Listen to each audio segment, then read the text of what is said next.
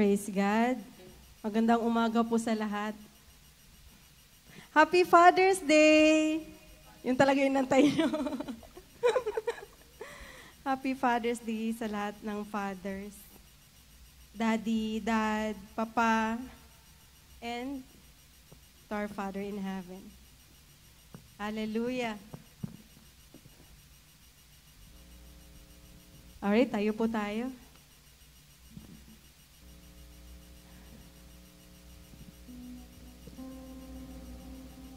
Let's pray po muna. Lord, maraming salamat po sa inyo pong kabutihan, Ama. Happy Father's Day po sa inyo. God, thank you so much for the blessing. Maraming salamat po, Panginoon, sa salvation. And also, Lord God, sa blessing na tinawag niyo po kami inyong mga anak.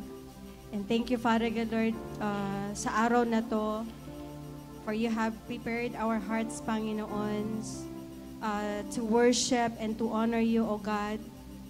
We ask for forgiveness, Lord, sa lahat po ng aming mga pagkakamali, sa kasalanan sa isip, sa puso, sa mga salita namin, Panginoon, at sa mga kasalanan na hindi po kami aware. We ask for forgiveness, O God. And thank you, Lord, for your faithfulness sa buhay namin, Panginoon. You are so good and you are so great. Lagi po namin na-acknowledge na walang-wala po talaga kami, Panginoon, without you. We thank you, Lord, sa lahat ng ginawa niyo po sa amin at sa marami pa pong gagawin niyo po sa buhay namin, Panginoon. We'll continue to honor you and bless you, Lord God, and praise you, Lord God, today. And as we sing songs for you, Lord, and as we listen to your word, Lord, I pray, Lord God, na wala po kaming isipin today but you and you alone, and that we continue to honor you, bless you, Panginoon, not just today, kundi sa mga araw pa po na darating, Panginoon. Maraming salamat po. In the mighty name of Jesus. Amen. So we read po sa Psalms 145, verses 1 to 7. I will exalt you, my God, the King. I will praise your name forever and ever. And every day I will praise you and extol your name forever and ever. And great is the Lord and most worthy of praise. His greatness no one can fathom. One generation commends your works to another, and they tell of your mighty acts. They speak of the glorious splendor of your majesty, and I will meditate on your wonderful works. They tell of the power of your awesome works, and I will proclaim your great deeds. And they celebrate your abundant goodness and joyfully sing of your righteousness. Yung song po natin, kapatid, is to, yung pinoprofess or we proclaim the great things God have done unto our lives and the things na pin-prepare pa niya for us. And then we honor and we glorify God for His faithfulness today. And we will do that through songs and also sa pag-listen sa kanyang salita later. Come on, let's sing this song. Great sing.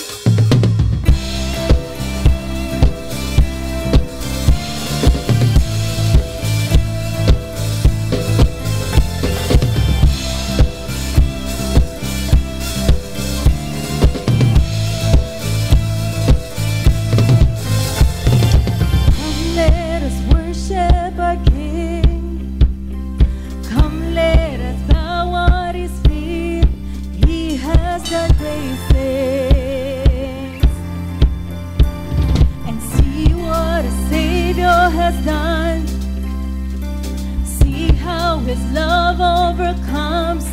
He has done great things. He has done great things. Oh, hero of heaven, you conquer the grave. You free every captive and break every chain. Oh God, you have done great things. We dance in your freedom, awake and alive. Oh Jesus, I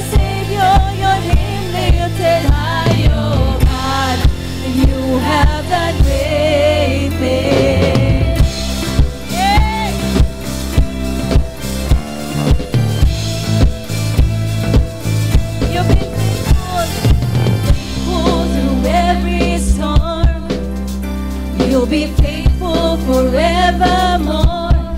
You have done great things, and I know you will do it again. For your promise is yes and amen. You will do great things. God, you do great things. Oh, hero of heaven, you conquer the grave. You free every captive and break every chain. Oh God, you have done great things. We dance in your freedom, awaken alive. Oh Jesus, our Savior, your name lifted high. Oh God, you have done great things. Oh hero of heaven, you free every captive and break every chain. Oh God, you have done great things. We dance in your freedom, awaken alive. Oh Jesus, our Savior, your name lifted high. Oh God, you have done great things.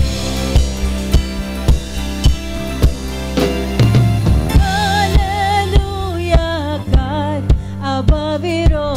Hallelujah, God, unshakable. Hallelujah, you have done great things. Come on, church.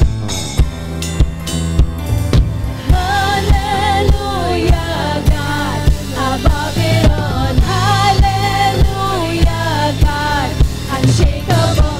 Hallelujah, you have done great things. You've done great things. Oh, hero of heaven, you conquer the grave. You free every captive and break every chain. Oh God, you have done great things. We dance in your freedom, awaken alive.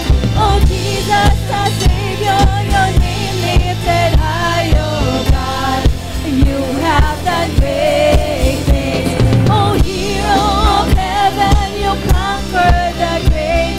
You free every captive and break every chain. Oh God, you have done great things. We dance in your freedom, awaken alive. Oh Jesus, our Savior, your name lifted high. Oh God, you have done great things.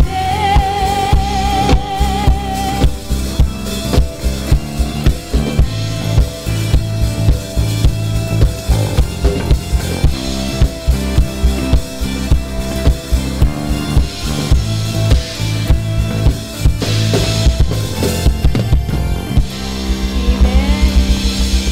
We praise you. Hallelujah. We praise you, Lord. You are my faithful God.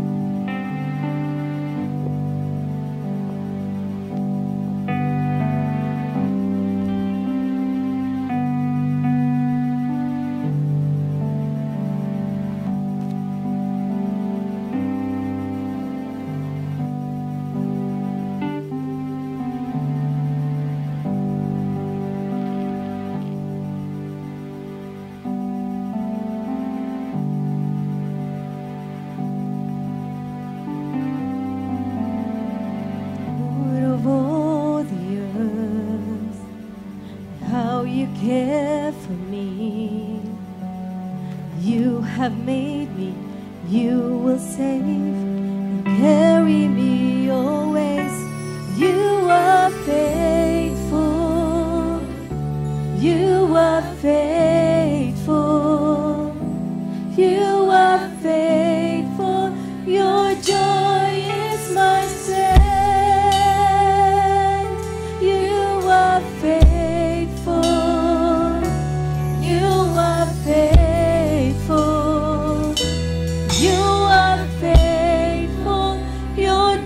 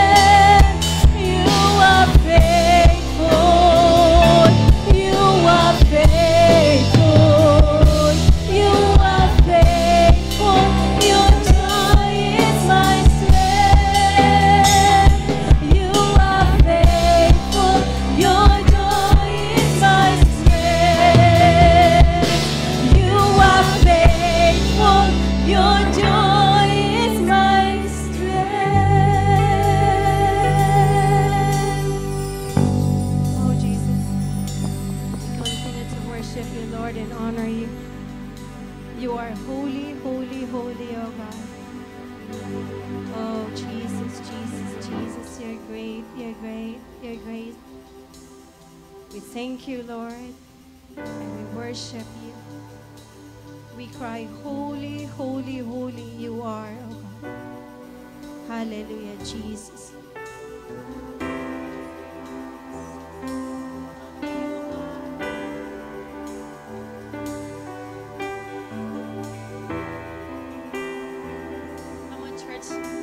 Let's worship our King. Oh, we worship you, Jesus. We worship you, Lord. We thank you, Lord God, for you are so good. We thank you, Jesus, because you are great. You are our Father. You are our Savior. You are our King. You are the God who knew my heart, who changed my heart, who saved me. Oh God, you changed my thoughts. Oh, we worship you. I worship you, Lord. I will worship you. I will declare your greatness, oh God, from this generation to the next. And we will declare, we will proclaim your faithfulness, Lord God, in our lives. Oh, hallelujah.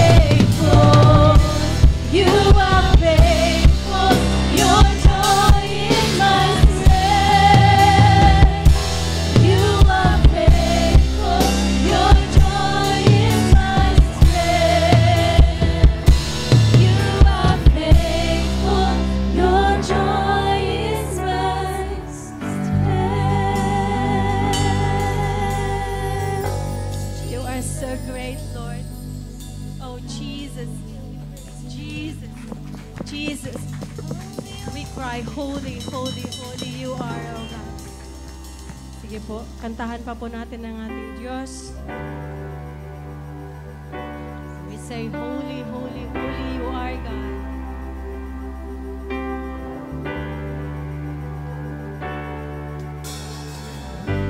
Holy, holy are you, Lord.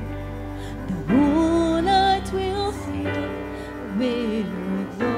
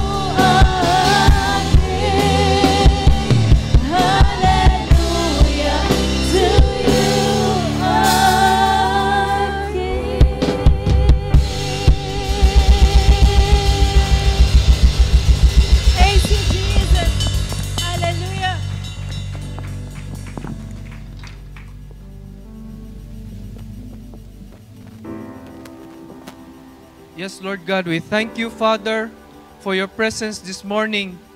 We thank you, Lord. We are reminded, O God, of how great you are, Panginoon. Today, Lord God, we continue to seek to please you, Lord. Because when we please you, O God, your joy is our strength. So, Father God, help us, Lord. Guide us, Panginoon. That whatever unbelief we had today, Panginoon, help us, Lord God, that we will have belief, we have faith in you, Panginoon, that we will grow in faith sa iyo, Lord God. We are going through circumstances, iba-iba pong circumstances namin today, Lord God, that today, Lord God, we are saying, Lord, we'll lift them up unto you, Panginoon, so that, Lord God, ang aming puso't isipan today, Lord God, ay mapupuno, Panginoon, ng pagpapasalamat at pagpupuri sa iyong pangalan, Lord God, sapagkat ikaw, Lord, is worthy to be praised. Hallelujah. Palakpakan po natin ang ating Panginoon. Oh, hallelujah, hallelujah, hallelujah. We glorify you, Lord God. Oh, hallelujah. You are our Abba Father. Oh, you are our Abba Father, Lord God. And kami, Panginoon, sa mga daddies, mga fathers, sa oras na ito, Lord God, in times of troubles, in times of problems, Lord God, I pray that the Holy Spirit will remind us, Lord, that problems is not a sign or is not a trigger for us to be panic, Lord, to be panicking, Panginoon. Hindi po yun panahon para magpanic, Lord God.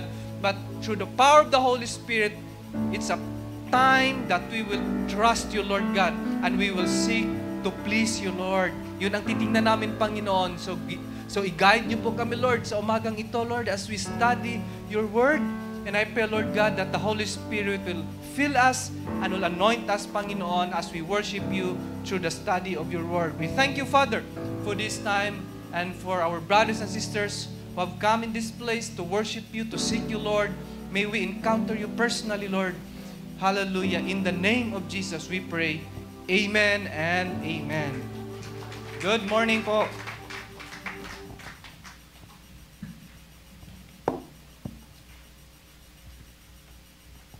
Yon, happy Father's Day po sa ating lahat na mga fathers. At kung ikaw ay nangarap na maging father, then happy Father's Day din po sa iyo, kapatid. Okay, so if you have your Bible, please open your Bible to Romans chapter 15, verses 1 to 13. Babasahin ko po from the NIV. We who are strong ought to bear with the failings of the weak and not to please ourselves. Each of us should please our neighbors for their good, to build them up. For even Christ did not please himself, but as it is written, the insults of those who insult you have fallen on me. Verse 4 po. For everything that was written in the past was written to teach us, so that through the endurance taught in the Scriptures and the encouragement they provide, we might have hope.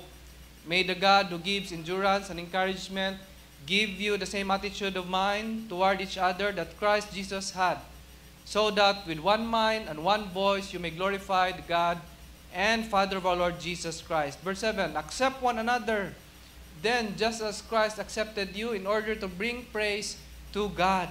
For I tell you that Christ has become a servant of the Jews on behalf of God's truth, so that the promises made to the patriarchs might be confirmed, and moreover, that the Gentiles might glorify God for His mercy, as it is written, therefore I will praise you among the Gentiles.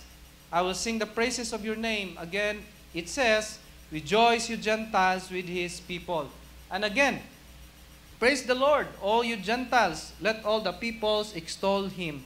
And again, Isaiah says, the root of Jesse will sprang up, one who will arise to rule over the nations. In Him the Gentiles will hope. May the God of hope fill you with all joy and peace as you trust in Him, so that you may overflow with hope by the power of the Holy Spirit. Let's pray. Lord God, we thank you for the reading of your word. May you bless this word of yours, Lord God, so that it will multiply into our hearts, Lord God. And I pray, Lord, that as we read and we study, Panginoon, may we grow in faith in you, Lord God, and may when we go out later from this place, Lord God, we pray that we will be a new person, new creation sa inyo, Panginoon, with a new mind, new heart, Lord. Transform mind and hearts, Lord. So, salamat, Father, as we celebrate this day, Lord God, of your goodness and your love. We are reminded, Lord God, na talagang you are faithful, Panginoon, throughout our lives. So, salamat, Lord. We just want to thank you and praise you in Jesus' name. Amen. So, again, happy Father's Day to all po. And as me myself, as a father with 2 sons, sometimes po I desire na mabilis at madali lang po magpalaki ng anak, no? And kasi in terms of character, my children, dalawa lang po iyon, are 2 different organisms. Magkaiba. They have the different characters, they have the different preferences and dislikes and likes, magkaiba po. And it would be easy sana for me as a father to manage them, no? Makarelate po ang mga tatay nito, at para po sa mga future dads, yan ang i-expect nyo. It's not easy to be a father. But reality is, talagang kahit ano pang imagine ko, paanong style to discipline them, paanong style to raise them, magkaiba talaga ang paraan. That is the reality. My 2 sons are different. And I would have to wade through the uncertainties, no, of fatherhood. Uncertain talaga, walang training, walang fatherhood 101. Kahit sa masteral, mag-doctorate ka man, wala pa rin. Kahit yung lolo ko, 13 ang anak, no, 13 yung anak, pero hindi pa rin siya naging doctorate sa fatherhood. Marami pa rin siyang pagkukulang, no? So walang perfect na father. And even if I would have 1 dozen children, praise the Lord, wala pa si Tess, kaya hindi niya narinig. Kahit isang dosena pa ho yung anak ko, then that would mean I would have to go through 12 times of uncertainties of fatherhood. Di ba? Magiging another 12 times na parang experimentation in terms of discipline and raising up my children. And to me po, being a father is indeed a form of servanthood. Being a father is a servant to my children, and it is not easy. Therefore, as I pray to God every day, I always ask God to empower me how to deal with this diverse character of my children. I hope po, fathers, kahit kayo ay may mga apo na po kayo, kaya may mga apo na kayo sa tuhod, you will continue to be a father to them. Just like po today, no? Our community, our country, meron pong idea na nagbabanggaan, yung idea about diversity and unity. In fact, during the time of Apostle Paul, he found tension between the concepts of diversity and unity. Ako, mas okay sa akin yung unity. Kasi nga, in terms of the character of my children, kung isa lang yon, madali lang. Alam ko na kapag ganito ang mali niya, pwede ko lang siyang bulungan. Na, wag mong ulitin yan. No? Kagaya ng isang anak ko, pwede ko lang tingnan, susunod na agad. No? But reality is diverse talaga ang kanilang pag-uugali. And therefore, kagaya sa time ni Paul, they have to embrace whatever it is. Ano bang maganda? Diversity ba or unity? And the primary tension within the churches at that time, dito po sa Rome, even though hindi po siya ang nag-church plant po ng book of the Church of Rome, ay ito po ang tinuturo po ni Pablo. Especially to those Christians of Jewish backgrounds. There are 2 Christians, by the way, dito sa Church of Rome. Una, yung mga Christians na mayroong Jewish backgrounds, and pangalawa po are those with Gentile backgrounds. Ano yung Gentile? Yung hindi po Jew. And Paul believed that when you put your trust, ito po ang content ng Book of Romans, when you put your trust in the Lord Jesus, the Spirit dwells in you. Amen po ba? Naniniwala pa ba tayo doon? That the Spirit dwells in us when we believe in the Lord Jesus. Maninirahan po ang Holy Spirit sa atin. Therefore, the Holy Spirit will help us overcome whatever tensions we have in our communities. Because God empowers Christians to serve our community. Sabi nga po sa Romans 8 verse 11, if the Spirit of Him who raised Jesus from the dead dwells in you, He who raised Christ Jesus from the dead will also give life to mortal bodies through His Spirit, who dwells in you. So the Holy Spirit is within us. Kaya po natin, kagaya ko as a father, kaya ko pong, alam ko, kahit nakakapagod, mahirap, challenging, kaya po ito. No? Kaya po ito by the grace of the Lord. Now, dito po sa pag-usapan natin, kagaya ng title, Empowered Servants. Empowered because someone is giving us that energy, that fuel, in order to face whatever challenges we are going through, according to the context of Romans, of chapter 15, na kung saan they were struggling to accept one another kasi magkakaibang background. Okay? Jew at saka Gentile. But God empowered them. Yung sabi ni Pablo, you have the Holy Spirit in you. You are empowered. So there are 6 things that empowered Christians should do. Tingnan po natin ito, baka nagawa po natin ito, or baka hindi pa, no? Kasi as a Christian, as a believer in the Lord Jesus, we must continue to ask the Holy Spirit to guide us, no, sa mga bagay na ito. So number 1, tingnan po natin dito as we explore yung 13 verses dito sa chapter 15. Okay, number 1 po, in verse 1, sabi po doon, we who are strong ought to bear with the failings of the weak and not to please ourselves. Each of us, we who are strong ought to bear with the failings of the weak and not to please ourselves. Kaya nga, ang number 1 po natin dito na things to do as an empowered Christian, meaning the Holy Spirit is in you, number 1 na gagawin natin is to bear the burdens. Di ba? Magtutulungan tayo na buhatin yung kabigatan na yan. Kaya nga sabi doon ni Pablo, again, sabi niya, ako, kayo rin, kaya magkakasama, who are strong, ought to bear with the failings of the weak and not to please ourselves. Ang ibig sabihin dito is that Paul is trying to say, do not reject the weak. If you say that if the mindset of the Jewish Christians were weak yung mga Gentiles, no? Sabihin ng mga Jew, weak yung Gentiles na yan kasi mga unbelievers talaga, walang Diyos ang buhay niyan. Mga pagan yung mga yan, kaya weak mga yan. Pero ang sabi ni Pablo, do not reject them. Rather, sabi doon, bear with the failings of the weak. Bear. Di ba? Bear the burdens. Understand them. No? Huwag natin silang i-reject. From the point of view naman ng mga Gentiles, posible naman na sabihin ng Gentiles, hindi, ang weak yung mga mga weak yung mga Jew. Kasi yung mga Jew, hindi kumakain ng dinuguan yan. Kumakain kami kahit ano. Kumakain kami ng baboy. Yung mga Jew, hindi kumakain ng baboy. Yan ang mga weak ang faith, di ba? Pero hindi sinasabi ni Pablo, okay kayo mga Gentiles. Hindi. But rather, ang sabi, again, we who are strong ought to bear with the failings of the weak.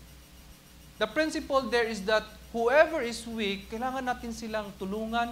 We have to bear with them. We have to understand them.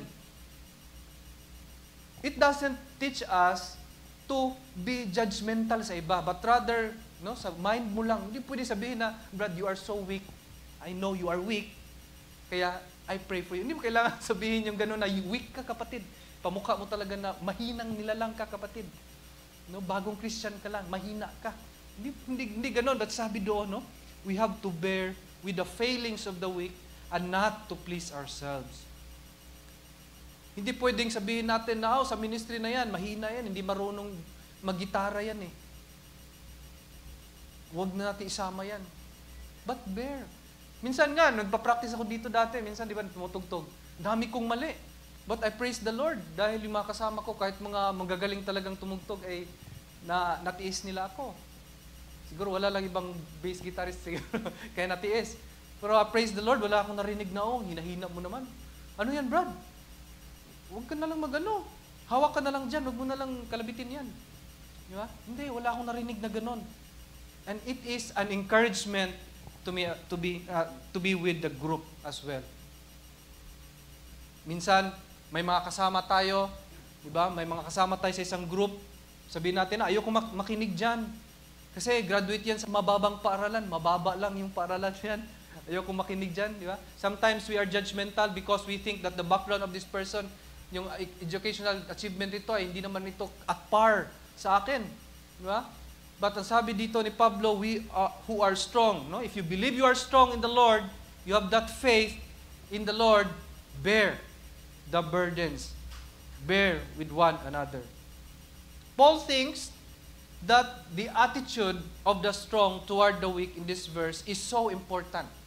Bakit? Because when we go paatras, backwards, in chapter 14, verse 1, the same statement Paul made. Ang sabi ni Paul in chapter 14, verse 1, accept the one whose faith is weak without quarreling over disputable matters.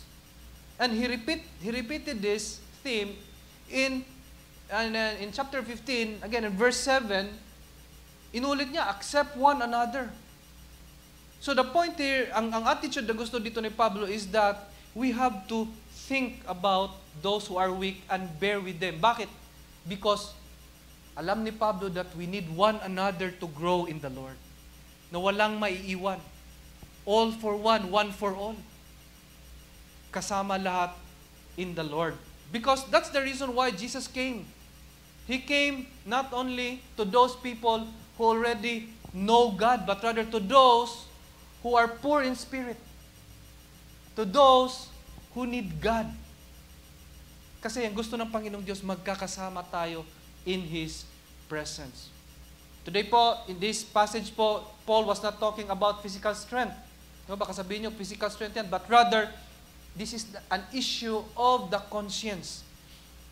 That those who had more understanding knew that eating or abstaining from certain food, di ba? Kasi may iba, nag-abstain from certain food. Like me, may mga food akong iniwasan.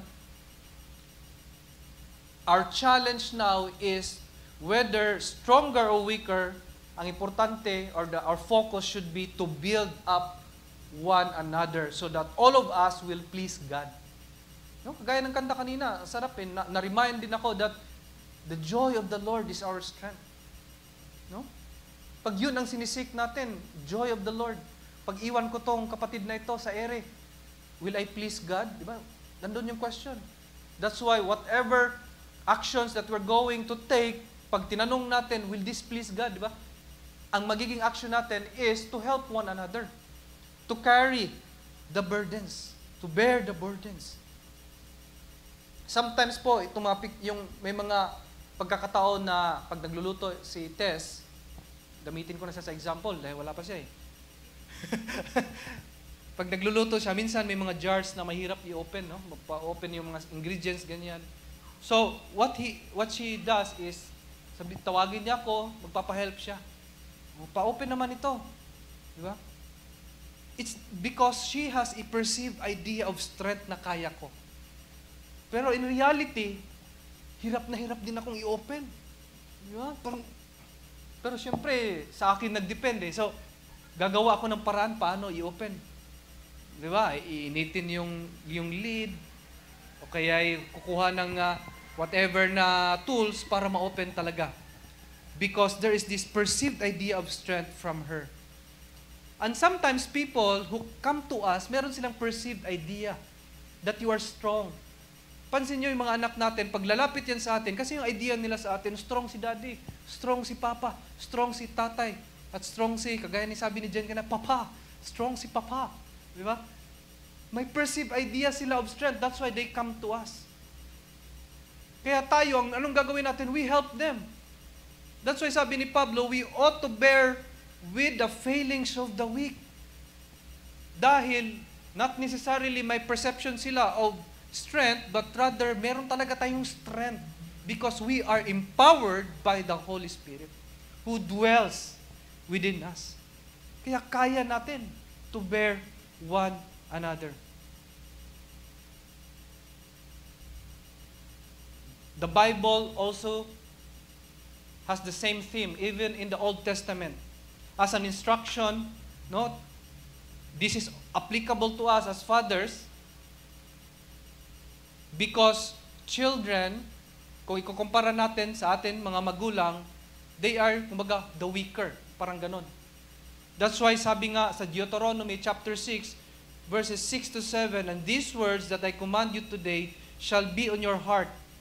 Verse 7, you shall teach them diligently to your children, and shall talk of them when you sit in your house, and when you walk by the way, when you lie down, and when you rise. Yung command ng Panginoon, dapat ilalagay natin sa ating heart. And as fathers, it must be within our hearts, and we must teach them to our children. Bakit? Kasi may perceived idea tayo na weak sila at kailangan nilang mag-grow. And in order for them to be strong, kailangan nating ibigay sa kanila yung command ng Lord. We must instruct them with the Word of God. That's sabi nga grabe nga yung pagtuturo dito sa verse 7. Teach them diligently to your children, shall talk of them when you sit, kahit nakaupo ka, when you walk, kahit naglalakad, kahit nakahiga, at pag bumangon tayo, ituturo natin ang principles ng Panginoon sa ating mga anak. Ang ibig pong sabihin dyan is, kahit ano, whatever we do, we must teach them to our children because we need to bear them so that they are being built up para mag-grow sila sa Lord. That's why when people come to you for mentoring, halimbawa, do not reject them.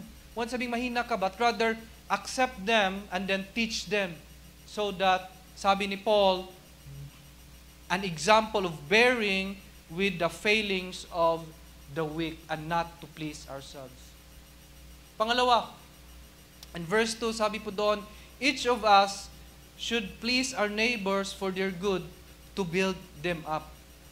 The first is bear the burdens. Pangalawa po, please other believers. As an empowered Christian, we must, itong gagawin natin, we must please other believers. Each of us should please our neighbors for their good to build them up. Nanggaling po ito, kadugtong po ito, it's a continuation of verse 1, where it says, not to please ourselves. Do not please yourself, but verse 2, neighbors, no, in this context, we must please our neighbors for their good. Anong effect? Anong purpose? Anong focus? To build them up. Therefore, in the context here, neighbors are those refers to fellow believers. Mga kapwa, mananampalataya, ang believers. Paul, this is the teachings of Paul in other books of the epistles, that hindi dapat natin ipiplease ang ating sarili. Rather, we must focus on pleasing God. We can read that in Galatians chapter 1 verse 10 and 1 Thessalonians chapter 2 verse 4. But the idea is that pleasing a fellow believer rather than ourselves ang tinuturo ni Pablo dito in verse 2. Because it has a way or an effect to build their faith in the Lord. Again, the context here is to accept one another so that both of them, these two groups in the Church of Rome, the Jew and the Gentile, will grow in faith together to the Lord. Focus doon sa purpose. Anong purpose doon? To build them up. Doon sa verse na yan. To build them up. Di ba? If you're building something, then it's from ground up. Hindi ka nagbi-build galing sa taas, tapos pababa. Wala pong build na ganun. Kung hindi, from here, starting with the foundation, mahina pa yan, hanggang sa matapos, matibay at pwede nang i-turn over yung bahay. The purpose is to build them up. Ano i-build sa kanila? Build their character. Build their spiritual gifts. Again, most importantly, build their faith in the Lord. And as a father, ito po ang ating focus as a father, to build our children in faith sa Lord. How to build them up? We must please them. Anong please na nasabi? Yung kailangan nating bigyan kahit ano? Kailangan nating bigyan ng kahit anong masarap na pang ano, kanong hinihingi nila? Hindi. But rather, hanapan natin ng paraan to build them up. As an example, no? As fathers or as parents or as a Christian, we must always on the guard. Watch out for your actions. Yung actions kasi natin sometimes will destroy other people kasi through emotions. Minsan, yung words na ginagamit, yung choice of words natin, minsan yun yung sumisira sa tao eh. And when we release, pag galit na galit tayo, and when we release the bad word, sabi nung iba, may narinig ako before, sabi niya, pag nasabi ko yung mura, no? Pag minura na niya yung tao, sabi niya, it feels good. Na-release daw niya yung tension. Na-release na yung stress. Pero anong sabi ni Pablo here in verse 1, the last part, not to please ourselves. Kung galit na galit ka, you don't need to please yourself. Di ba? Because we need to, as a Christian, please our neighbors so that we can build them up for the Lord. So therefore, our focus here, we must have an eye that builds the faith of others. Fathers, and of course all of you, I exhort you to seek the activity that builds the faith of your children or whoever that God placed in your life as spiritual children. Maybe you are in a discipleship group.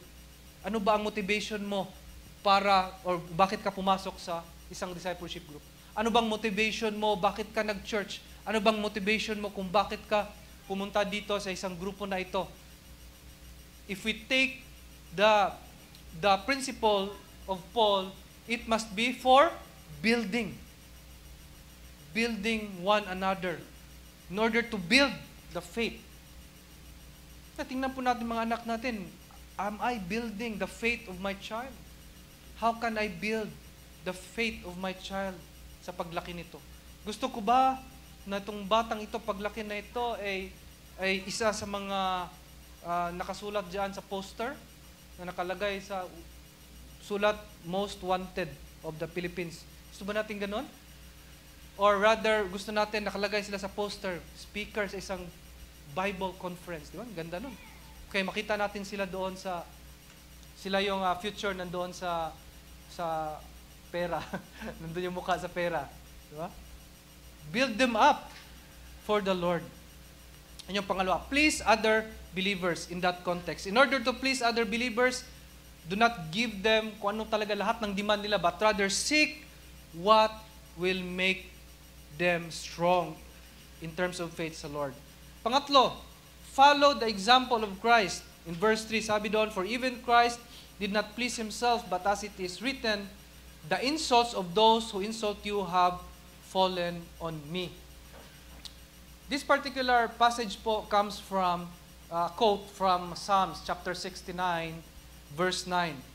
Second part po ng Psalm 69, verse 9, wherein the psalmist recounted the way of the righteous na ang righteous laging nabiblame. Kung sino yung righteous, siya yung laging nabiblame for the sins of the wicked. This is actually an anticipation of the work of Christ kasi sa kasalanan natin, si Christ yung nasisi. He took our guilt and nailed on the cross. Christ's sacrifice is the supreme expression of God's love that overcomes divisions and boundaries. Therefore, sabi ni Pablo dito, you must accept one another. Because when you look at Christ, pag tinignan natin si Christ, ma-remind tayo na si Christ is the breaker of all the divisions. Siya ang nagtanggal ng lahat ng divisions. And we are now one in the Lord. Paul's example in 1 Corinthians chapter 10, verses 33 to chapter 11, verse 1. Sabi ni Paul, just as I try to please everyone in everything I do, not seeking my own advantage. Okay, pansinin niyo pong word na please. Okay? But that of many, that they may be saved. May focus si Pablo dito para maging ma-save. Not for his own advantage, but rather to build that person to the Lord. Maligtas sa Lord. Kaya sabi niya in verse 1, be imitators of me as I am of Christ. Paul was insulted many times, was imprisoned many times. Pero anong ginawa niya? He continued to serve the Lord. He continued to preach the gospel, not for his own advantage, but to bring them to salvation. How should Christians respond to insult? Paano ba tayo mag-respond sa insult? Maraming insult po. Ako, I remember one time na insult po ako sa trabaho. Dahil kliyente, di ba, pag ganun, pag client, kahit ininsulto ka ng kliyente, tinitiis na lang natin. Di ba? Nilulunok na lang natin yung ating laway. Di ba? Tinitiis na lang. How should Christians respond to being insulted? Nasabi ni Paul here, for even Christ did not please himself. No? Nasabi ni Pablo here, tingnan mo si Christ. Oo, magkaiba kayo. Oo, naging discipleship leader ka, pero parang insulting sa'yo. How can you bear the burden? How can you please your brother or sister? Ang sagot ni Pablo, follow the example of Christ. Kailan ka pwede, Brad, para mag-meet tayo for discipleship? Bukas pwede ako. Kinaumagahan, Brad, kita tayo mamaya ha. Brad, may lakad pala ako. Sige, next week na lang. Okay, next week. Okay, kita-kits next week. Di ba? Ganon. Pagdating sa next week, Brad, mamaya ha, kita na tayo mamaya. Brad, sige Brad. Mamaya. Brad, may lakad pala ako. Next, na lang. Di ba? Parang, kumbaga, kung ano mo talagang technical mo talaga, insulting yun. Kaya, may mga time din man tayo eh. Di ba? But, ang sabi dito, ang sagot ni Pablo sa mga question na yan, follow the example of Christ. Follow the example of Christ. Many times, Christ was insulted. Pwede na sanang mag-back out si Christ doon sa cross eh. Nung naipako na yung isa, pwede na, ang sakit, itigil na muna. Hindi ginawa ni Christ yun. Kung alam naman ni Christ na insultuhin siya ng katabi niya, pwede na niyang mag-back out si Christ. Pero hindi niya ginawa. Kaya sabi ni Pablo, Christ is the ultimate example of not seeking His own advantage, but rather looking at other people, the weak, so that they may be saved. Kaya nga sabi ni Pablo, follow the example of Christ. Christ suffered, but our way of suffering nga ay hindi nga kalibel sa ating Panginoon. Kaya sometimes, through mentoring your children, no, as fathers, mi-mentor din natin ang ating mga anak. Not only mga anak, no, other people, we mentor them. Ano ba ang reason kung bakit natin mini-mentor ang ating mga anak? Iniisip ba natin na paglaki nila, they will become a return of our investment? Yun ba ang tingin natin sa mga anak natin? Hindi dapat, di ba? But rather, we seek, again, from the point number 1, and point number 2 natin, we seek them to grow, to be built up. Yun ang target natin. We do not seek monetary gains. In a discipleship group na, or even in a church setting, or kahit kayo, kung nasa trabaho kayo, you're a manager, ano ba? Monetary gains lang ba? But following the example of Christ, let us be patient with others. Kagaya ng mga anak natin, to the point of allowing our children sometimes to fall. Na-try nyo ba yan? I-allow nyo yung anak nyo na madapa. Hindi natin siya sasaluin so that they learn how to stand up. Para maituro kung paano na tumayo. Intentionally not pleasing yourself. Because when we look at ourselves, pag piniplease lang natin ang ating sarili, then lahat ng ginagawa natin to our advantage lang. Ayaw kong masaktan, ayaw kong mainsulto, ayaw kong nito, ganito, ganyan. Pero sabi ni Paul, do not please yourself. Intentionally not pleasing yourself. Many times, pag tinuturuan ko nga yung anak ko, minsan nakakainis na dahil hindi kami nagkakaintindihan, di ba? If I please myself, kukuha na lang ako ng kahit ano para maipalo lang so that I will feel good. No? Mai-release ko lang yung tension sa aking sarili. Mai-release ko lang yung stress sa aking heart. But no, intentionally not pleasing myself. Because this is an empowered Christians does. Follow the example of Christ. Pangapat, no? Sinabi na natin, bear the burdens, please other believers, follow the example of Christ, and then, pangapat, have hope to endure. Kailangan natin mag-endure. Ang bigat-bigat nitong burden na ito. Ang hirap naman ito, hindi ko ma-please ang aking sarili. Ang hirap naman ito, i-follow, sundin ang Panginoong Hesus. But because we are empowered by the Spirit, we have this hope to endure. Andun na ako, stretch na ako masyado. But you have the power of the Holy Spirit to endure. Sabi doon in verse 4, for everything that was written in the past was written to teach us, so that through the endurance taught in the Scriptures and the encouragement they provide, we might have hope. Paul is telling us here, you read the Old Testament, kasi Scriptures at that time, wala pang New Testament, Old Testament pa lang naisulat. Look at the Old Testament. It was written in the past so that we will learn from their endurance. How they survive. How they cope up the different circumstances. Kung titingnan natin yung Israel, how many times they were conquered, how many times they fell, and then they repented and then go back to the Lord. Di ba? Ang Israel, maraming beses nagkasala. And then they repented. Nakakahiya na yun, di ba? Maraming times na nagrepent. Tapos sasabihin na, we will worship you. As for me and my house, we will serve the Lord. Tapos, di ba? Dive na naman, dapa na naman dahil sa kasalanan. Tapos ulit na naman yung cycle. Hingin na naman ng kapatawaran sa Lord. Nakakahiya yun. But they have that endurance. They continue to seek the Lord despite their failures. And if anyone ask you, ano ba yung value ng pag-aaral ng Old Testament? Ito yun. You will learn that there is endurance. That in terms of accepting one another, tingnan natin yung Old Testament. How many times the Israelite people rejected the Lord? But the Lord continue. Actually, ang number one dito, nag-endure ang Lord eh. Ang Panginoong Diyos, ang nag-endure talaga dito. How many times nireject nila si God? Pero they continue. God continued to accept. God continued to pursue Israel as His people. From there, dun matutunan tayo eh.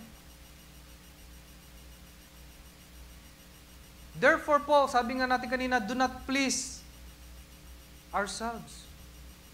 Because through the scripture, makita natin that God works. Makita natin yung example ni God na siya yung nag-endure sa lahat ng kahinaan ng tao. And therefore, He who is the source of all endurance, He who is the source of all hope, will work in our hearts to give us patience, to give us endurance, so that we can endure to accept one another. And as fathers here, we need that endurance. No?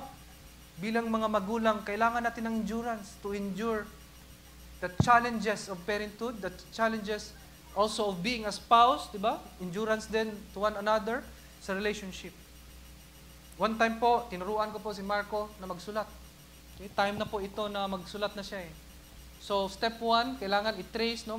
Bumili pa kami ng libro na may tracing, so para mag-trace. So, marunong na siyang humawak ng pencil at i-trace na lang. Yun na lang gagawin, i-trace, susundin na lang yung mga ano doon, mga letters doon, di ba? Susundin, yan, susundin niya, ganyan. Sabi ko, slow down, Marco, you're so fast. You're not following the lines. Yan, so ganun siya, okay? Tapos una, yan, ganda, perfect. Sulat niya, ganyan. Ilimang letter yun, A. So yung una, perfect. Pangalawa, perfect ulit. Pangatlo, siguro, na ano na siya, nadala na siya, ganun na naman, A na naman. Binilisan na niya, ganun na, wala na, hindi na naitsura. But Lord, sabi ko, Lord, give me patience to teach. Nasa letter A pa lang po kami. Iniisip ko pa yung letter Z, ang layo pa po. Tapos meron pa pong number 1 hanggang 10. Malayo pa po. Kaya teach me. Have hope to endure. I see people grow po through my discipleship. May mga part of discipleship groups, may mga kasama po ako na nagtatanong. I appreciate questions and personal na messaging because through that, I saw people na nag-grow when they asked. And sometimes po may mga tanong po sa atin, hindi lang po sa discipleship groups, may mga minsan nagtatanong sa atin bigla, no? May sumusulpot na lang na chat. May biglang nag-chat na matagal na hindi nag-chat sa iyo ng maraming taon, kala mo may uutang, di ba? Pero hindi pala nagtatanong about the Bible. So let us be patient lang, no? And because there is endurance, sometimes hindi nakakaintindi. Sometimes kailangang tawagan, then tawagan. That is the hope to endure because we are empowered Christians. Number 5 po, be unified in mind. No? Dahil meron tayong endurance, then dapat hanapin natin yung communality in order to be united. Sabi doon in verses 5 to 7, may the God who gives endurance and encouragement give you the same attitude of mind toward each other that Christ Jesus had, so that with one mind and one voice you may glorify God and Father of our Lord Jesus Christ. Accept one another then, just as Christ accepted you in order to bring praise to God. Tingnan niyo po, verse 6, sabi doon, with one mind and one voice, you may glorify God. Kung nagkaisa pala Ang result nun, glorification ng Panginoong Diyos. Verse 7, kung i-accept natin ang isa't isa, ibig sabihin, we are one pa rin yun dahil meron tayong acceptance. Ang result, to bring praise to God. So ibig sabihin, when we are unified in mind, the result is God is glorified. So that's why, huwag tayong matakot na kailangan natin ng endurance na nandyan yung Lord because God will help us. He will give us the hope to endure so that with one mind, maisa tayo magkakaisa tayo. For example, when we talk about a particular topic at doon kayo nagkakaroon ng exchanges doon sa topic na yon, di ba, meron kayong one mind. Di ba? Minsan lang, may exception lang no, na may ibang topic na papasok, pero sa isang discussion, isa lang yung mind nyo kasi isa lang yung pinag-uusapan. Yan yung point Kahit iba-iba tayo, but with one mind, the effect is we bring praise to God. If the church po is unified in its diversity and diverse in its unity, it will only be so, ano yung common natin lahat? Because of the good news of Jesus. The work of God the Father. Doon po tayo magfo-focus. Ano ba yung magpapaisa sa atin? So tayo po, mga fathers, if iba-iba po yung mga anak natin, ano ba yung commonality nating lahat? And I believe when we teach our children with the truth about the Lord Jesus Christ, then that idea or that truth about the Lord Jesus Christ will unify us. Di ba? May unify tayo sa ating mga anak, sa ating pamilya, o kahit sino man na ating imi-mentor, and will result to the praise of God. I remember po, last April, I attended a Christian concert. So, concert ni Matt Redman yata yon. And yung part na kinanta nila yung How Great Thou Art, but dancing my soul, my Savior God to Thee. Nung kinanta po yon, sabi niya, ilabas po natin yung cellphone, di ba? Ipailawin yung cellphone, tapos sabay-sabay ganyan. Nung kinunan ng video, ganda. Sabay-sabay yung mga tao, no? Parang may iba-ibang between na nakikita. Ang ganda tingnan. It was a beautiful scene. Because if we are one body, studying about the life and work of the Lord Jesus Christ, then we are one. We please God. And it bring praises to God. It bring glory to the Lord Jesus.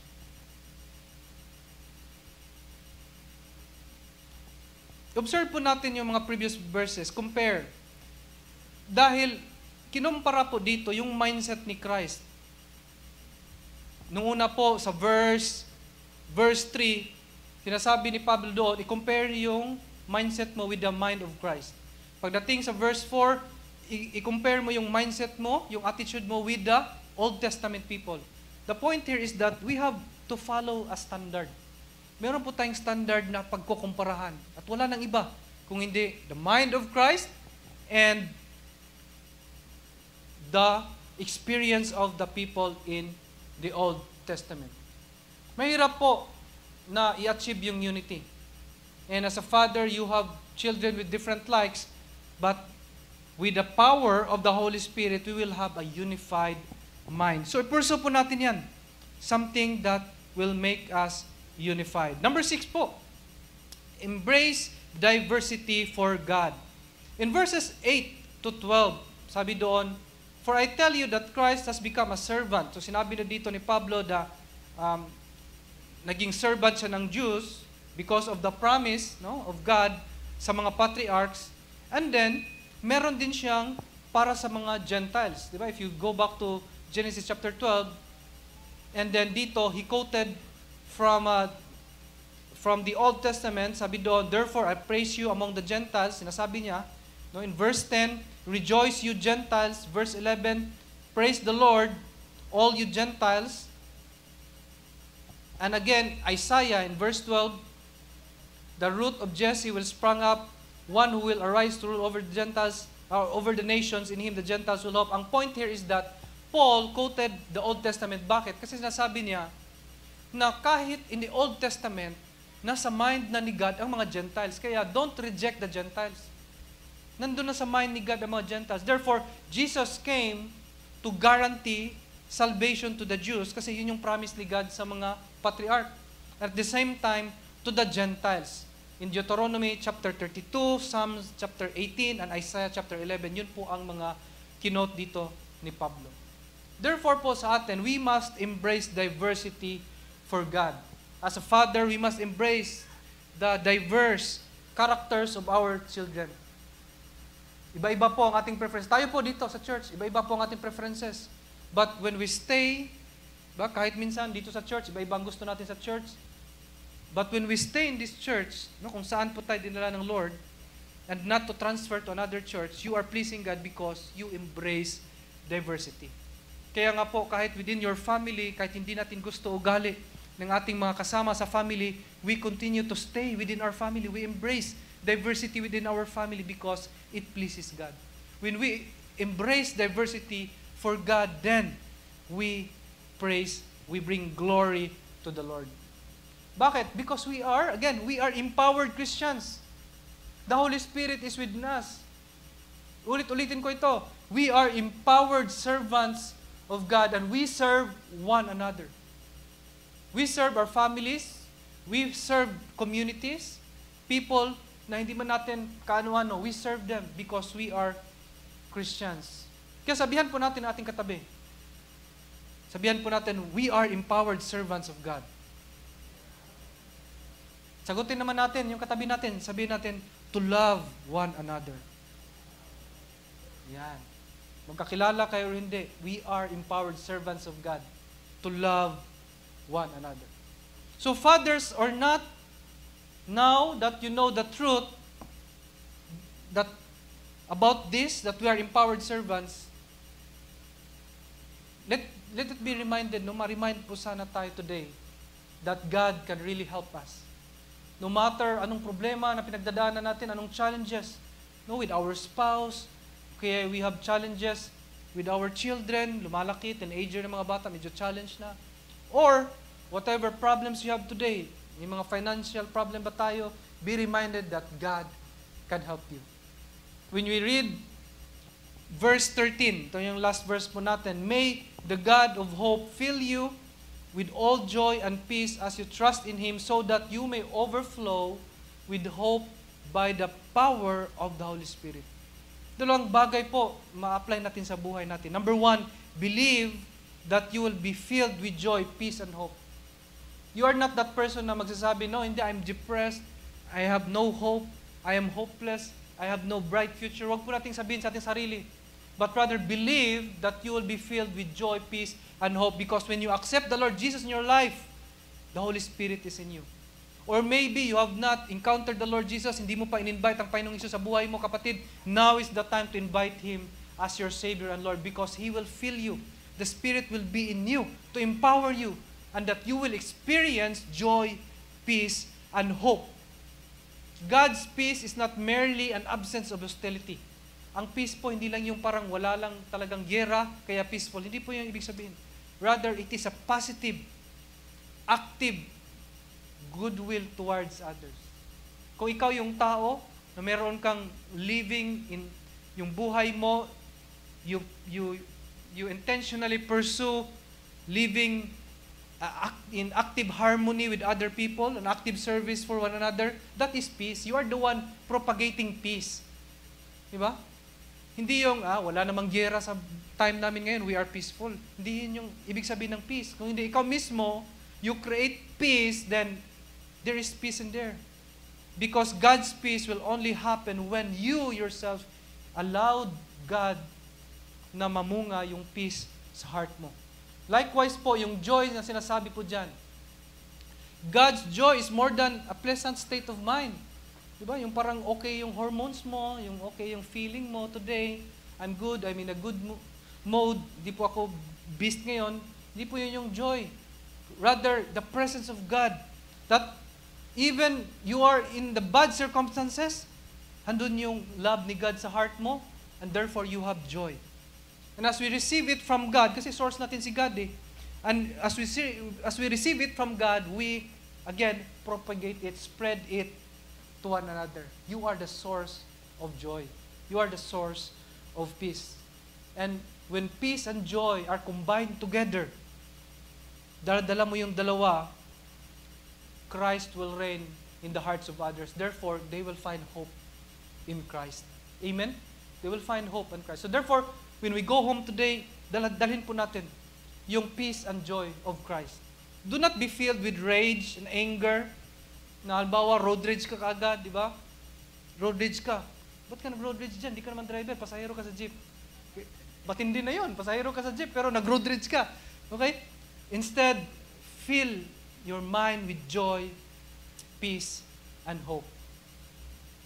Parents, ngayon sa time na yon, ngayon, marami na ako naririnig at nakikita, parents are being scolded by children. So if you are that child, this is for you. Be filled with joy, peace, and hope. Remember our message today. Believe that you will be filled with joy, peace, and hope. We can choose to release joy and peace so that it will result to hope.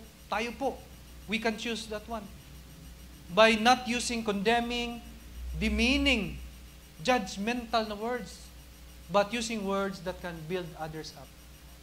Let us be intentional in using those words. No? As we celebrate Father's Day, di ba? Masaya tayo. Minsan, sa kalagitnaan ng kasiyahan, no? Habang nagkakainan, celebration sa Father's Day, may isang salita lang, nasira na ang buong araw. Di ba? So let us try to practice. Na tayo, minsan, pag narinig natin yon, demeaning yun na, react tayo agad. Hindi, minsan, dahil nakasanayan, yun, remind lang. No? Huwag mo sabihin yan. Ano tayo? Let us, sabi ni Brad kanina, let us be filled with joy, peace, and hope. Number 2, believe the continuous power of the Spirit. Do not rely on your strength. No, dahil nagkakamali naman talaga tayo. But there is empowerment. Empowerment means there is that greater power that continuously gives us the ability to impact on others. Yan yung empowerment eh. Kagaya ng sa ating batas, di ba? We are empowering women. Kaya merong mga batas that provided the rights to the women. No? That gave those rights to them. Kaya nga empowerment. So we are empowered by the Spirit because the Spirit is our source that continually give us the ability to impact positively sa ating community. So the hope of the future, mga kapatid, is grounded on the fact that Christ died for us and the Holy Spirit dwells in us. The Holy Spirit is the proof of God's commitment to His people. Committed si God sa buhay natin. Committed si God sa iyo, kapatid. So that's why nagpadala na siya ng guarantee, the Holy Spirit, so that you are empowered and you will be able to do the acceptance of one another, pleasing other believers, following Christ, being ability to endure, ability to be united, and being able to embrace diversity. Kaya nga pinadala ang Holy Spirit to bind us, to strengthen us. Let us reflect to ourselves po, where do you see the Spirit at work in your life today? Baka you are here today because God is telling you something that will change your perspective and actions. And I hope this will be our focus today. Not just the literal celebration of the Father's Day, but rather knowing that the Holy Spirit is within us, let us cultivate joy, peace, and hope within us. Let us be immersed by the joy, peace, and hope principles from the Spirit because pag napuno po tayo, yun ang ilalabas natin. Hindi po puot, hindi po galit. Kung hindi yung peace and hope, joy. Pag puno po tayo doon, yun ang ilalabas natin. Di ba? Wala namang napupuno na ibang lalabas eh. Pag napuno tayo, yun ang ilalabas po natin. And yun po ang may enjoy ng mga kasama po natin. Choose to be the catalyst of unity. Because with one mind and one voice, ang effect, we can glorify God. So let us serve one another, bearing the weak so that they become strong. Tingnan po natin ang 1 Corinthians 16 verses 13 to 14. Sabi po doon, be watchful, stand firm in the faith, act like men, be strong. Let all that you do be done in love. Ginamit ni Pablo dito, act like men, because they have this idea that men are strong, but we need to be doing it in love. Let it all that you do be done in love. It must be true love. So maging matibay tayo sa love, maging malakas tayo through love, so that will be our foundation. May I share to you, no, sa closing, may I share to you this acronym of Father. From a preacher na nabasa ko po, sabi niya, no, para for our children, na I hope ma-remember po natin. F means fun together. Di ba, when we bear one another, when we accept one another, when we follow the example of Christ, when we embrace diversity, di ba, merong fun together. And let it be remembered sa mga anak natin na when you are there, hindi ka killjoy. Killjoy in the sense na kapag ka may sense naman for the glory of God, you are the one leading them to experience the joy, the spiritual joy of God. So fun together. A, anxiously caring. Ano ba anxiously caring? Yung eager ka na yung desire mo is laging to show care sa mga anak natin. I know a lot of us fathers, hindi po tayo expressive, no? Hindi po tayo nagsasabi na about sa caring natin. Minsan dinadaan lang natin sa galaw. Minsan pagdating natin sa bahay, natutulog na yung mga bata, ang ginagawa natin, we do care. Paano natin kinikare? Sisilip tayo, pagtingin natin humihinga pa, we care. No, sisilip lang tayo. The act of, di ba? Checking your children is an act of care. That's how we care. Desire. But this time, i-level up po natin. Let us be anxiously caring. No? Showing to them what care is. Tender. No? Hindi lang po ang mga nanay may tender. No? Tayo din. Meron tayong warm affection. No? Minsan, ayaw ng mga anak natin kasi pag niyakap natin sila, masyado natin napapalakas. No? Nagkakrak yung buto nila pagka niyakap natin. But it's our warm affection. So, dandahan lang. Let us be tender. Pang H, allow our children to experience home kapag kasama tayo. Hindi yung hell, but rather heaven on earth through our homes. Where they can run to when they need help or comfort. Because when they grow up, ngayon pa lang mag-invest na tayo ng time that they will remember pagdating sa time na yon na they can always go back to us, na tayo yung tao na hindi judgmental, na tayo yung tao na hindi puro correction, but tayo yung tao na nakikinig at nagmamahal. Letter E, earnest counsel. Ano ba yung earnest counsel? Meaning heartfelt yung advice natin. Yung advice na kung saan galing talaga sa deep within our hearts. R, right in Christ. Ito yung pinaka-importante sa lahat. Na tayo mga tatay, dapat tayo manguna. No? We should lead our families to Christ so that we can lead them. You know what? When fathers are transformed in the likeness of Christ, nadadala nila buong sambayanan, buong household nila. Yan yung based on study. So, as a father, let us have fun together with our families, anxiously caring, be tender. Let us build a home for our children. Let us be earnest counsel. And let us be, most importantly, right in Christ. So this time po, I requested someone to testify as a father, how encountered the Lord, and how God changed him, and to be right, no? Letter R, to be right in Christ. I would like to call on Brother Lubert to share the testimony for the glory of God. God bless.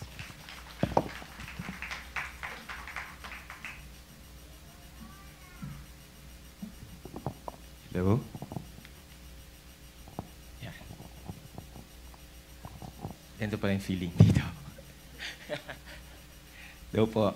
Good morning and happy Father's Day to everyone po. Iba pala talaga yung pag nakatingin kayong lahat. But I believe excited siguro kayo sa celebration. But at the same time, ganda nung sinabi ni Pastor Elijah to us. No? So, never ko din naman na-imagine of me sharing here sa pulpit. No? But Pastor Elijah approached me last Sunday for some reason, I'm not sure, to share my journey as a father. Sinabi niya na share ko kung ano na yung journey ko right now. Actually, 2 years pa lang naman po akong father. And yung mga brothers ko sa GRCF, sila Kuya Nico, sila, nakita din naman nila yon 2 years lang yan. So, but let me share the story of my father na lang and how it impacts me as the father I am today.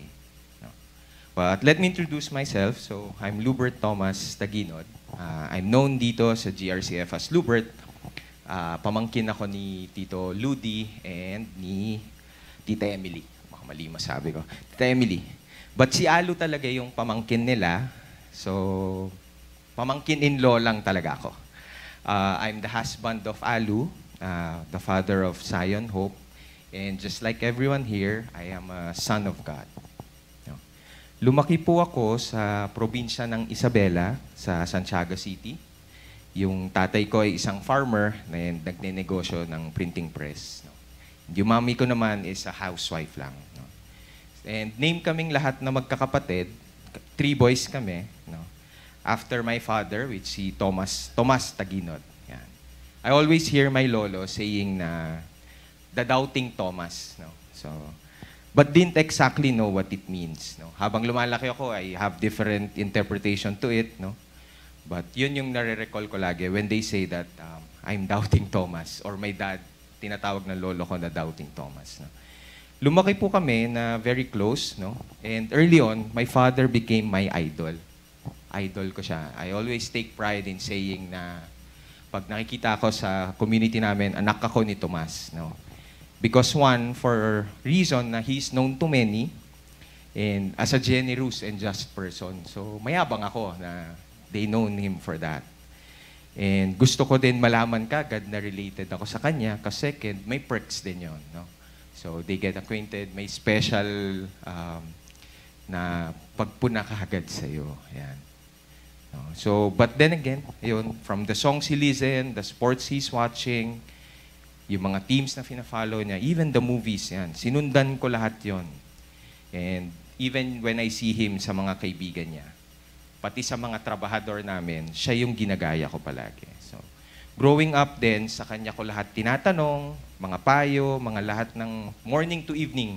I find it weird that my relation to my father is always text. Parang ka-level ng girlfriend or yung kay Alu eh. Dahil text talaga ako ng text.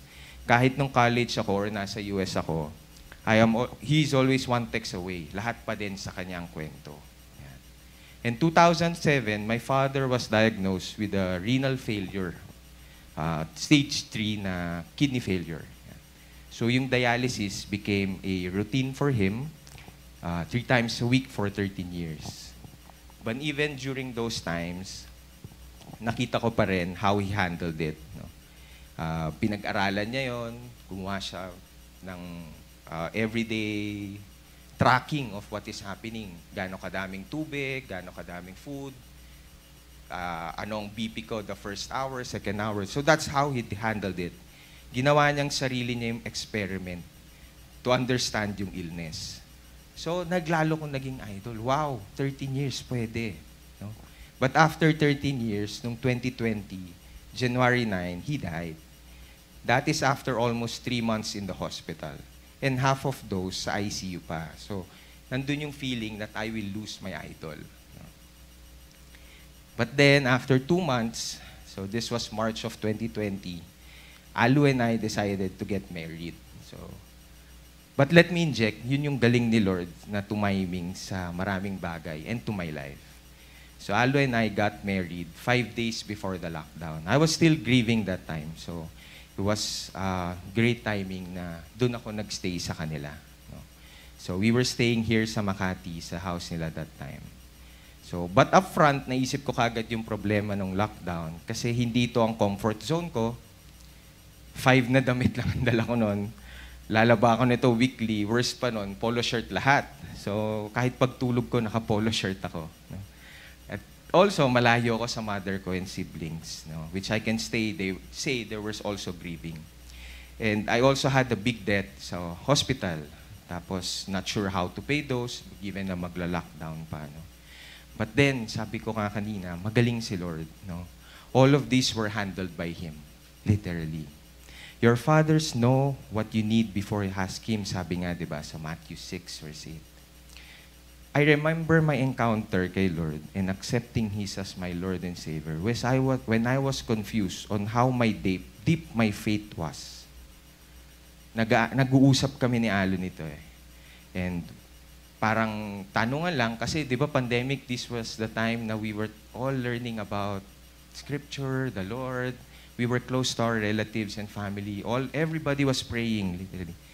And then nagtatanungan lang kami of what I knew on the Bible and ano yung purpose ko sa life. Nakakatawa pa na bilang lang sa daliri yung sinabi ni Alu, ako talaga yung nagsasalita. But merong urge sa puso ko noon, bakit ganon? Wala akong alam. Wala talaga akong alam. Sabi ko nga sa inyo, sa pagkakataon na ganon, lagi akong sa daddy ko nagsusumbong. Nagte-text ako kagad. Bakit wala kang tinuro sa akin tungkol sa scripture? Bakit wala akong alam na kahit anong character? Bakit wala akong alam saan galing lahat to? No? So, I was calling him silently hanggang sa hindi ko napansin, malakas na yung boses ko. And para akong batang nagmamaktol na si Lord na yung tinatawag ko. Vivid itong moment sa akin na to. One is because hindi ko alam kung baka ibabalik na ako ni Alod. Sabi niya, baliw yata itong asawa ko. Pero talagang ganun yung parang batang nagtatantrums na hindi ko alam bakit. Yan. Nagalit ako, sabi ko, ano ba to? Bakit ang empty? Bakit wala ka?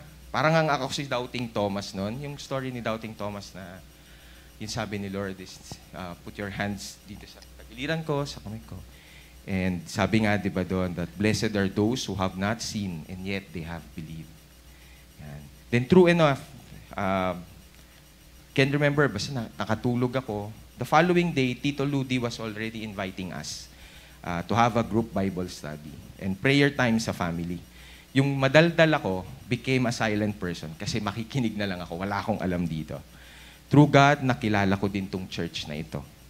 First off, ayoko din mag-church. Gusto ko na lang mag-aral on my own. I felt very intimidating kasi wala nga akong alam. Baka mali, baka hindi ganito. Yan. And every person here, nakilala ko na rin. You all became an instrument to my life to remind us of how the Lord loves us. From the moment parang nagplant na sa puso ko that I am a son of God, He is my Father. All along, siya yun nandun. He is the one guiding me that everything is His plan. Now, I always take pride in saying that I am a son of God. Sa office, sa friends, sa relatives. And this came also how we change our identity. We live according to the teachings in the Scripture. Sabi nga yung daming sinabi ni Pastor Elijah, the 6 empowering things that a Christian should do. The father, the description of that, di ba?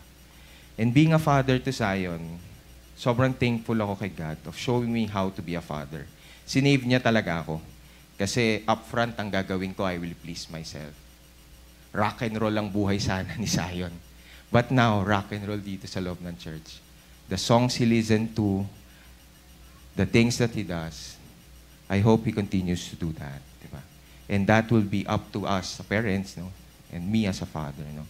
I can't imagine yung dating me of being a father to Zion. Masyadong worldly. Akala ko nga dati alam kong maging tatay, pero hindi pala. Malaki pala ang obligasyon ko sa anak ko to plant seeds to him to know the Lord. So parang paggising, ito lagi din nangyayari sa amin ni Alo. Balance check talaga. Tinatanong ko siya, tama ba yung gagawin ko for Zion? Am I planting the seeds for him to know? Paggising ko is, ini-introduce ko ba si God sa kanya, the God the Father, and how great yung love niya sa atin. No? Am I being a model to my son? To show how to be a son of God. And with prayer and God's grace, I try to be intentional na gawin ito of what should a son of God does. Sa priorities ko, sa task ko sa work, being a husband to Alu, and father to Zion as well. So, working on my relationship with God daily. That more than me saying again, yun dati na son of Tomas or father to Zion, I'm still a work in progress, but I am a son of God. Yun po. Thank you po. Thank you, Pastor Elijah. Thank you, bro. Huwag ka nang umalis. I would like to request all fathers to please stand. And let us ask God for His blessing, anointing to us as a God-given role na binigay ng Lord sa atin. And please come in front punta po tayo sa harap. Fathers, punta po tayo dito sa harap. Huwag po tayong mahiya. Yan, mga ano po tayo, mga leader po tayo sa, hindi po tayo nahihiya. Okay, so thank God no sa Bautista and yan, happy Father's Day po ulit sa lahat. I would like to request Sister Jean to pray for us, to lead us in prayer. Sige po, taas po natin yung mga kamay natin sa mga tatay. Hallelujah, Lord God. Our Heavenly Father, Lord, maraming salamat, Lord God, that we have a Father in heaven, Lord God, like you. Siguro kung wala ka, Lord, wala rin kami dito, magulo ang mundo namin. But praise your name, Father God, na meron kaming tatay na nasa langit na mapagmahal, maawain, forgiving. Lord, salamat dahil itong mga fathers na nandito sa harapan mo ay meron magagaya, Lord, merong magiging idol na katulad mo.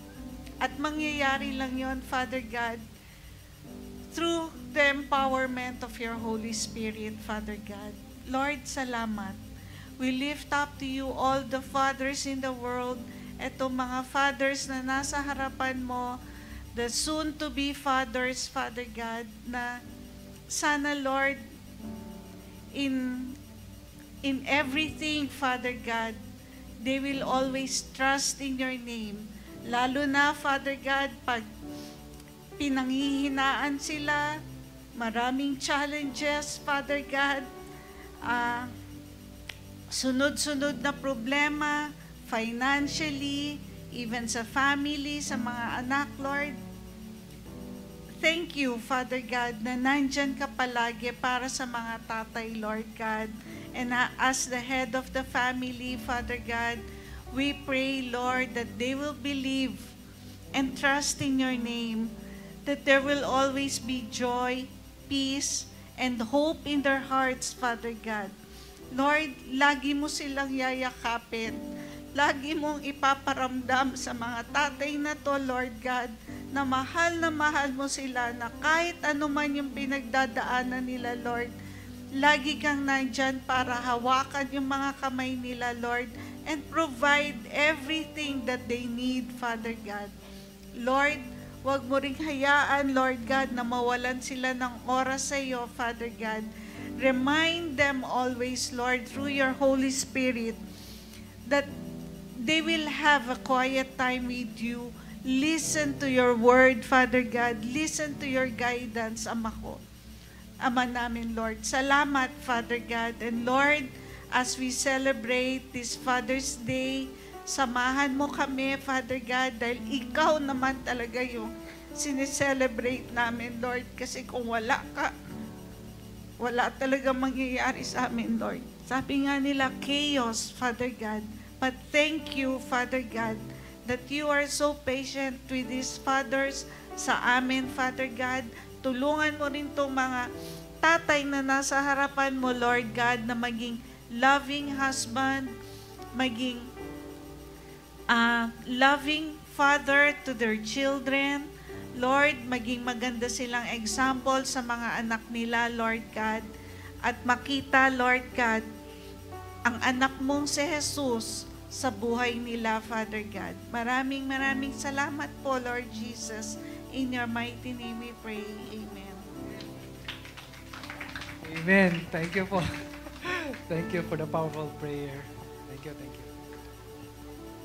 Meron palang picture pa pala, picture.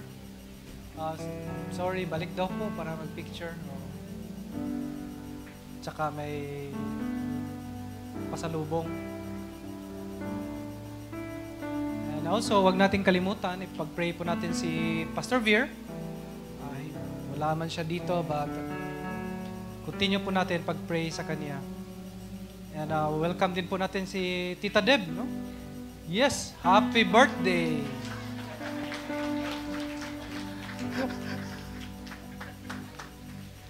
Advance.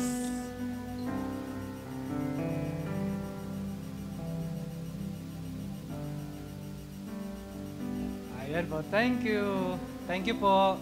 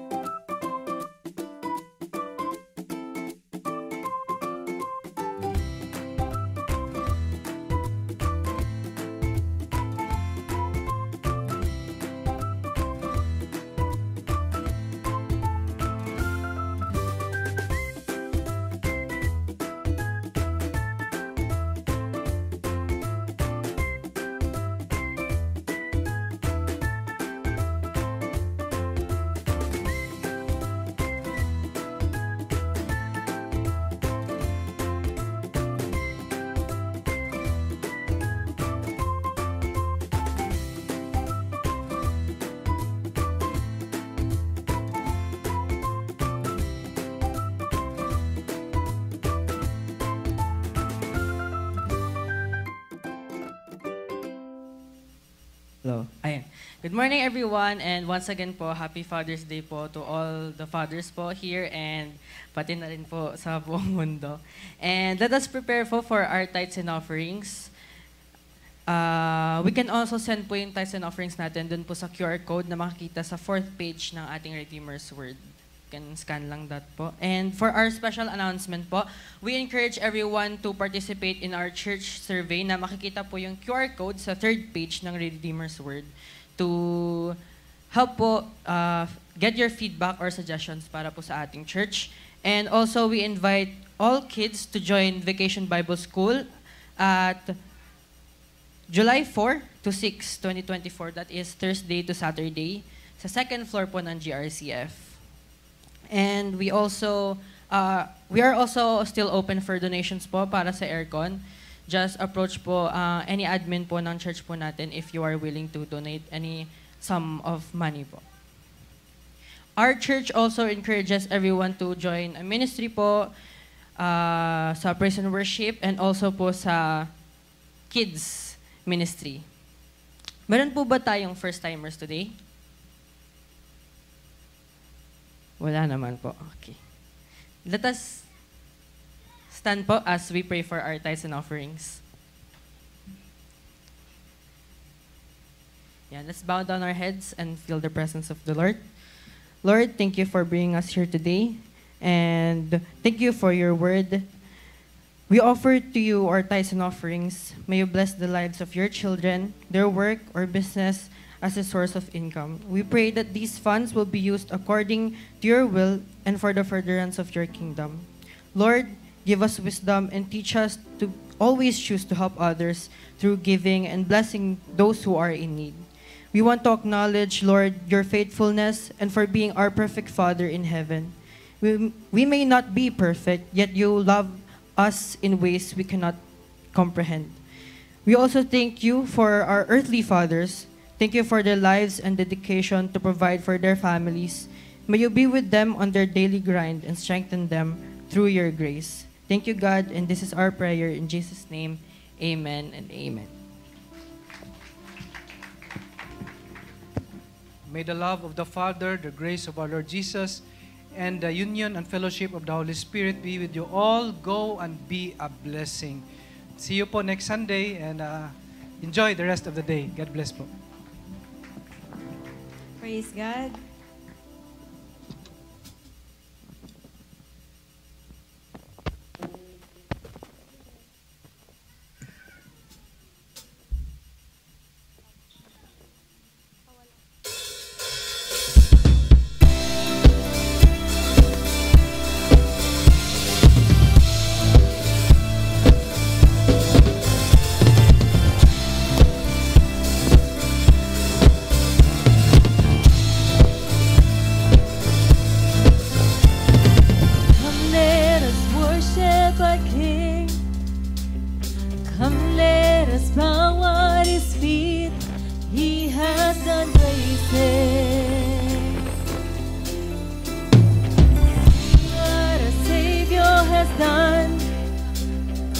See how his love overcomes. He has done great.